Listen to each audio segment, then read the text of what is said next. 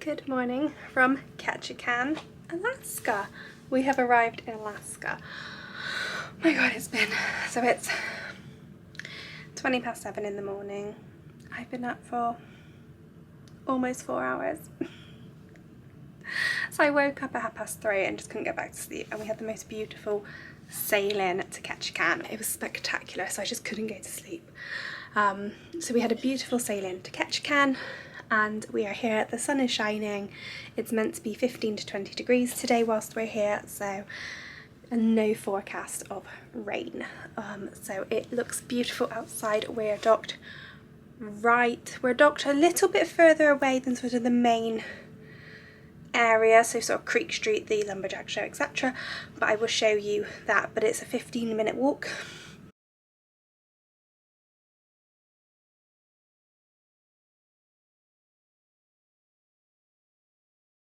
So certainly our plan is we're going to go do our excursion, which is to the Totem Pole Park and then the Lumberjack show.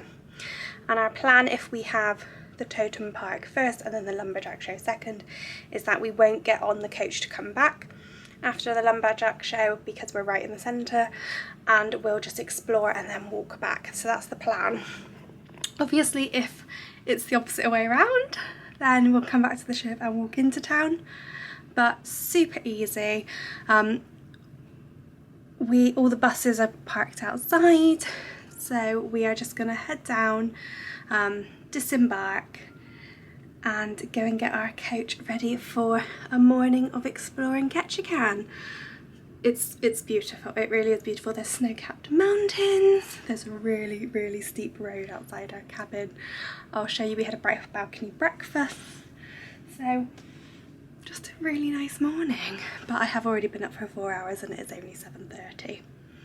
Yay! What time am I going to go to bed tonight? I might have to have an afternoon nap. But yeah, let's go and explore Ketchikan. So I thought I would show you how close we are to the top. So literally, this is where the ship is. And this is where you pick up your coaches, etc. There's a walkway down here. So we're going to go get our coach for our first tour, and then we're going to go and explore Ketchikan, which is over there. This is the road I'm talking about outside our cabin. So it goes up and then it just goes straight up. Look at that. I've seen cars coming up and down it, and that is absolutely terrifying. I'm hoping that obviously the coach won't go up there because I didn't plan on doing any roller coasters today, but look at that. But yeah, the port area just outside our cabin. You can see the buses and all the people, so that's where we're going to head now. So we opted for the Totem State Park and Lumberjack show excursion, which we booked through Princess around 6 months before the cruise. We got off the ship and headed up to the main area where you were getting on excursions. There are plenty of buses around, and we found the person who had the number that was correlating to the number on the ticket. So we got on board our bus and headed out to the Totem Pole Park as our first stop. Our guide was really knowledgeable, having spent some time in Alaska over a few years beforehand, and was our guide for the Totem Pole Park as well as the driver. Alright you guys, we have made it to Totem Bank. Here's a few instructions. If you need to use the restroom, these two buildings right here are the outhouses for the state park. This is the place to go, right here for the restroom. We're going to be meeting by these two totem poles here to the right. This is where I want us to meet. Once I park the bus, we're going to walk down this trail. It's right here to the right. And go down to those two totem poles. Once we're all together, I'm going to go into the park with you, and I'll be your guide, so you don't have to be by yourselves.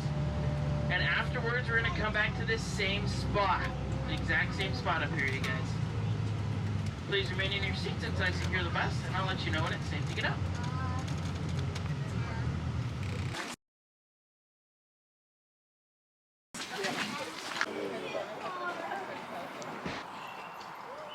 Sadly, for a time, the carving of totem poles was illegal.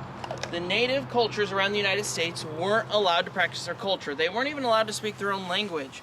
But once those laws were thankfully removed, the grandparents and great-grandparents needed a way to teach their children and grandchildren how to practice their culture. And they use this park as the opportunity to teach them how to carve the poles. If it wasn't for parks like this, we wouldn't have totem poles like we do today. What we're gonna do now, you guys, is we're gonna head down this trail, make a stop, and learn about the Tongass National Rainforest. So go ahead and follow me. The Totem Pole Park is accessible and it has accessible wheelchair-friendly routes throughout the park. There are ramps as well as stairs, so it's accessible for all. Before we talk about this pole, I want to talk about this big tree right here behind you. This is the Sitka spruce. This is our state tree. They go straight up and then the branches stick straight out. The needles, they're nice and thick, almost like a Christmas tree. If you look closely, there's green tips on their needles.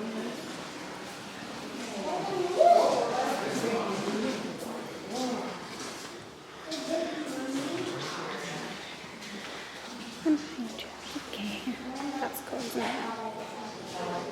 Then once they were done with the old poles, they let them do what's called returning to the earth. Whenever a totem pole falls down, they don't put it back up or restore that exact one. They might recarve a new one, but that old one, they let it return to the earth. This one right here was a recarving in the 30s, but it fell down. It was standing next to Man and Bear Hat. So when it falls down, they leave it down and let it return to the earth. Since it's a state park, they put it in here for us to look at, but it is not going to be put back up.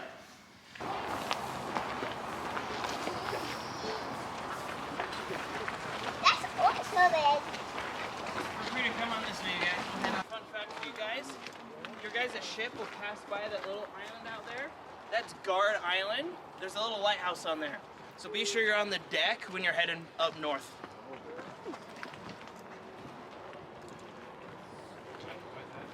So that island out there is Guard Island. There's a little lighthouse on it, so that ships know not to hit it.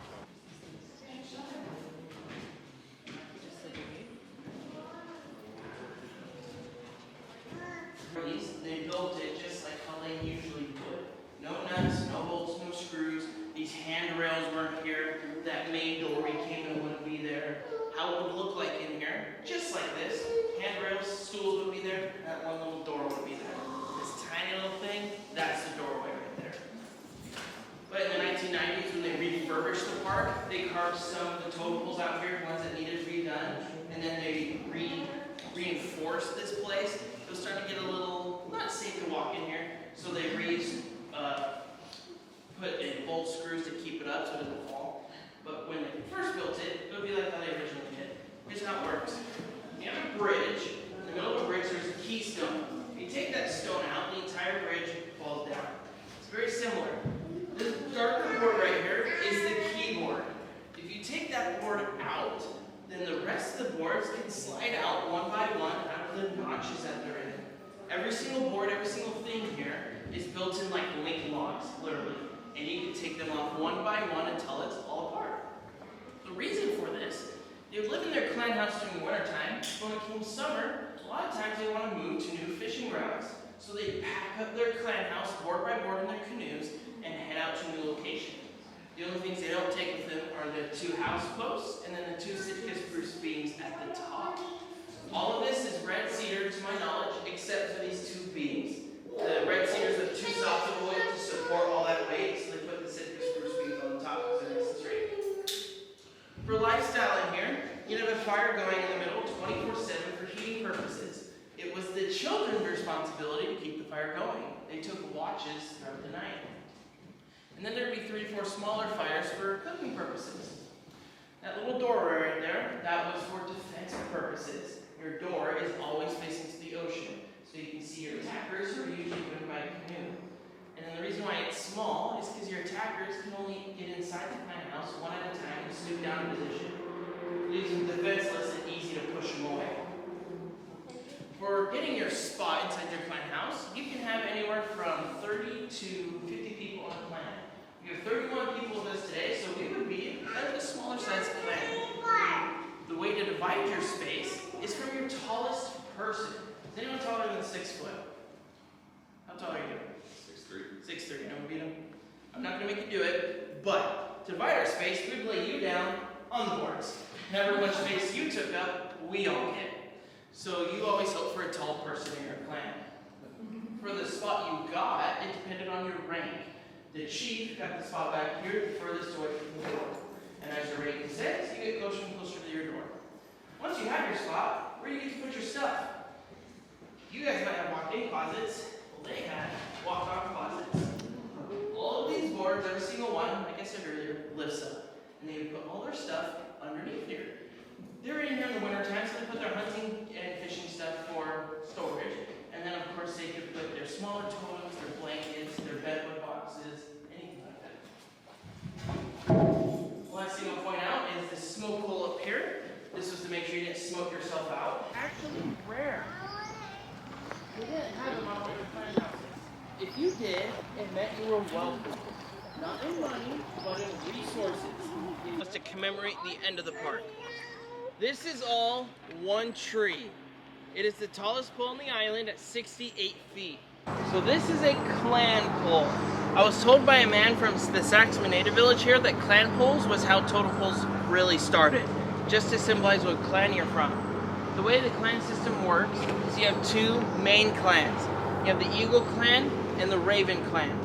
Then below that you have sub-clans. The Halibut, which is right there. You have the Salmon, the Frog, the Bear, and a whole bunch of other clans. The Eagles and Ravens is kind of like a family crest, where the sub-clans is like their last name. The way marriage would work, you could not marry within your own clan. A Raven had to marry an Eagle to make sure they would mix enough, if you know what I mean. So a guy Raven would have to marry a girl Eagle. Then the guy would go live with the girl's family, and all of their kids would be part of the wife's clan. They were a matrilineal society, so that's how they track their family history, where their clan's from. Raising kids was interesting. The parents weren't the ones to raise the kids. The parents were still part of their lives, but when it came to teaching how to hunt and fish, how to carve totem poles, how to make the paint, how to gather the correct berries, everything like that, it came to the aunts and uncles.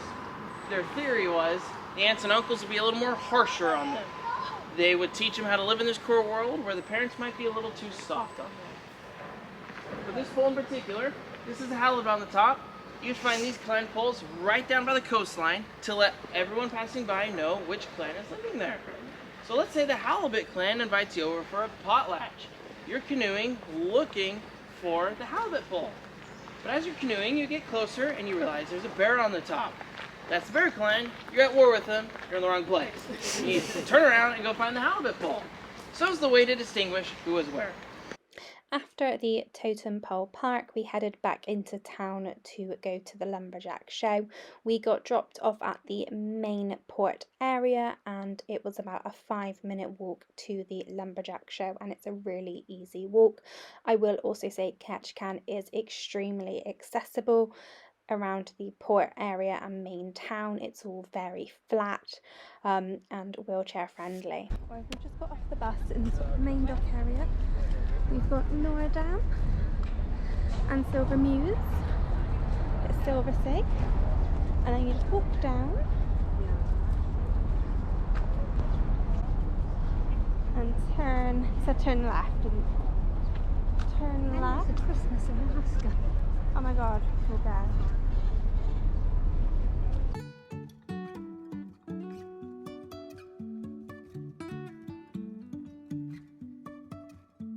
Life is a winding road, no telling where it goes. Driving through days and nights, won't stop for traffic lights. And I really wanna know if I will ever figure out where the road goes. So once you're here, you go into the queue. We got our tickets earlier, we've given them. And then, what a beautiful day.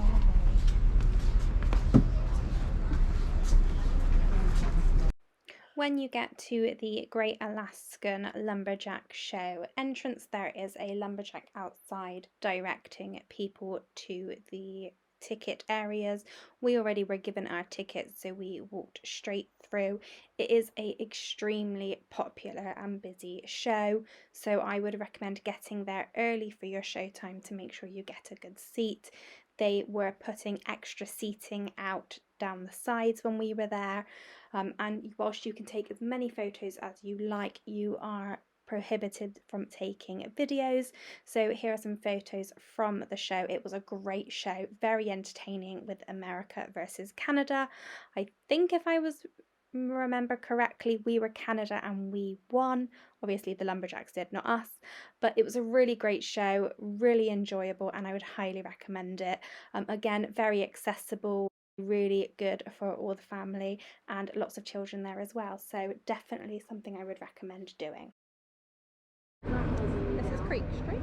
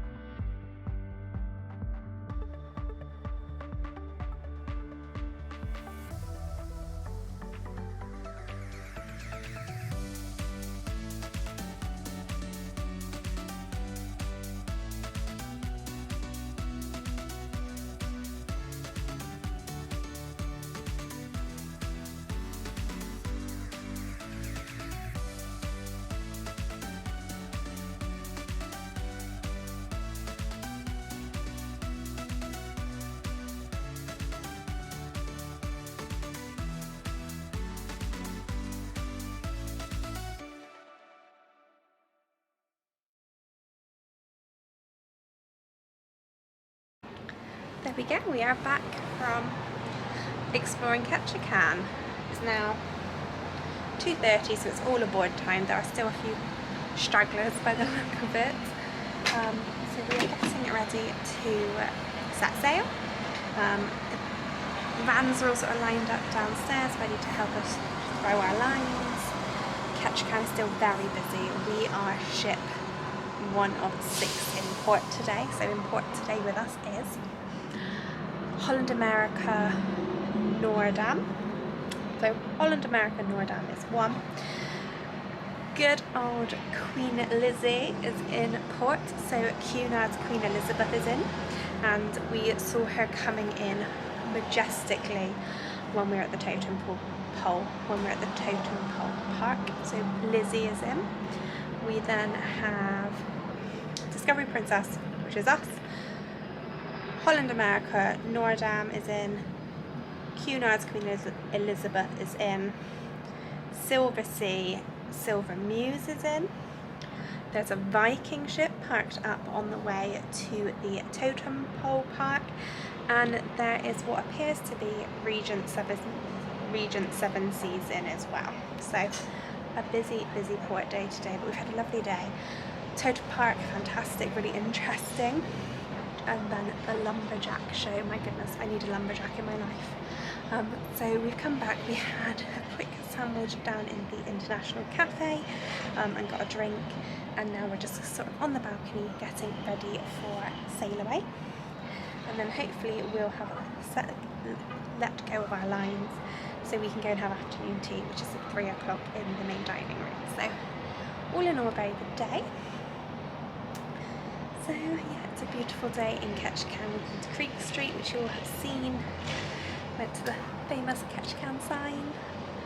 So yeah, a really good day. I even went and got Chester a little gift, which is beautiful, for when he moves house. So yeah, lovely. So we're going to get ready for sail away. Hopefully it won't be too long away. So it's 22, we're 10 minutes late. There's a huge queue of stragglers. Way back to the ship.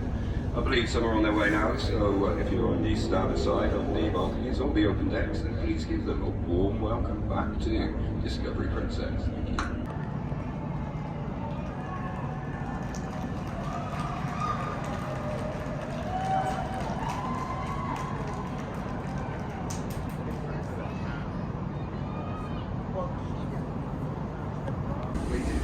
And the vessel is now ready to sail. Ready, we'll let go all our lines, rest the vessel off the birch port, proceed ahead into the current strength as we make our way to Endicott. Later this evening, around 19:30 or 7:30 p.m, we'll transit through slow passage in a narrow stretch of navigable water, just over 550 meters wide. Over the last few cruises, then, we've had fantastic sightings of whales, seals, dolphins, sea otters. Nothing can be guaranteed, of course, but if you put your TVs, if you've got a balcony cabin, if you put your TVs onto the live bridge cam, then Michael, our naturalist, will give us a commentary and point out where the whales and wildlife are as we transit. So that's at 7:30 tonight. Well, the distance to run to Endicott is 234 nautical miles, or 269 land miles, and we expect to begin our scenic cruising of Endicott around 5 o'clock in the morning. And spend around 4 hours taking in the breathtaking scenery. After we complete our scenic cruise, we have a further 39 miles to go to run to our next port of call, Juneau, where we have anticipated arrival of 12:30 tomorrow afternoon. Well, the weather forecast for tomorrow in Endicott is showing partly cloudy skies and a light breeze and a temperature of around 15 degrees centigrade or 60 degrees Fahrenheit. Then for Juneau, cloudy skies with a chance of rain, I'm afraid. Southeasterly winds around 15 to 20 knots. And a temperature of 15 degrees or 60 degrees Fahrenheit. Well, ladies and gentlemen, that's all for now. Please do enjoy the sail away. Have a relaxing evening on board the beautiful Discovery Princess. Thank you.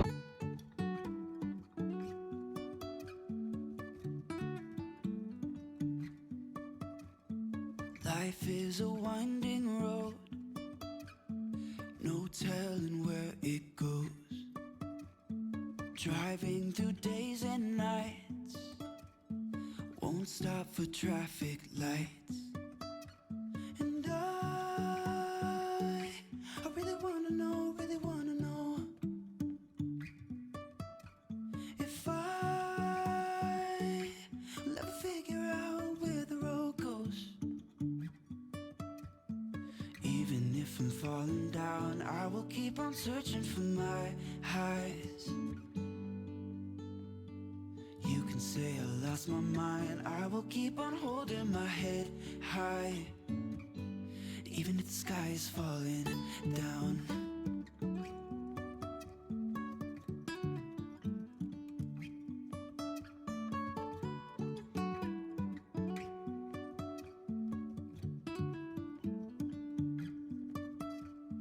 Jumping from cliffs so high, trusting our wings to fly. Sometimes we're crashing down, but we get up and start from the ground. And I really wanna know if I will ever figure out where the road goes. Even if I'm falling down. Oh, I just love it. Let's go for afternoon tea. Afternoon tea on Princess is served, by the looks of it, daily, but I will confirm each day. But so far it has been on yesterday's Princess Patter, so it's been on yesterday and it's been on today. So on our cruise, afternoon tea is at 3 till 3:45 in the Skagway dining room. So let's go down, check it out. It is 3:25 and it's open for another 20 minutes. So let's go get some afternoon tea and I will show you all what it's like. Afternoon tea was in the main dining room and consisted of a selection of sandwiches, cakes, scones and teas. It wasn't the greatest afternoon tea and we wonder whether that's because of the delay in departure. So we are going to try it again so we can see if it is any better. We had a great afternoon and early evening, sat on the balcony searching for whales, and when we were in Snow Pass, which is beautiful, it is stunning. I highly recommend staying outside for as long as possible on an Alaskan cruise.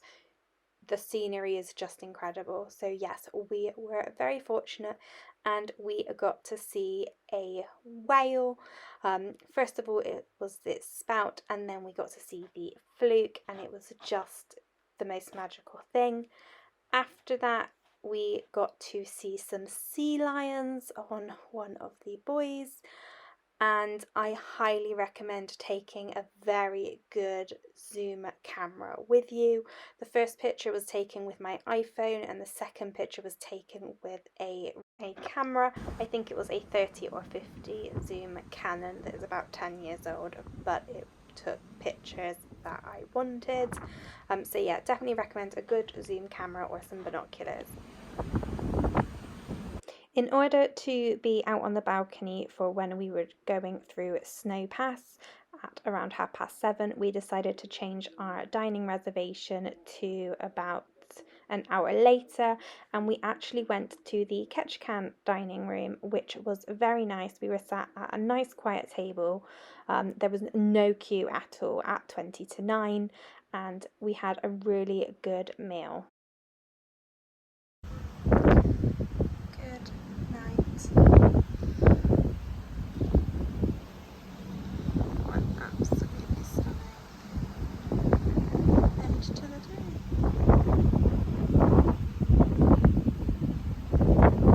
So breathtaking. That is day 3 done. We had a lovely day in Ketchikan. A really nice afternoon sailing, looking for wildlife. But yeah, so we're off to bed now and ready to be up nice and early for Endicott Arm and Dawes Glacier. I think it starts at about 4:45, and we'll need to be up on deck because it is on port side.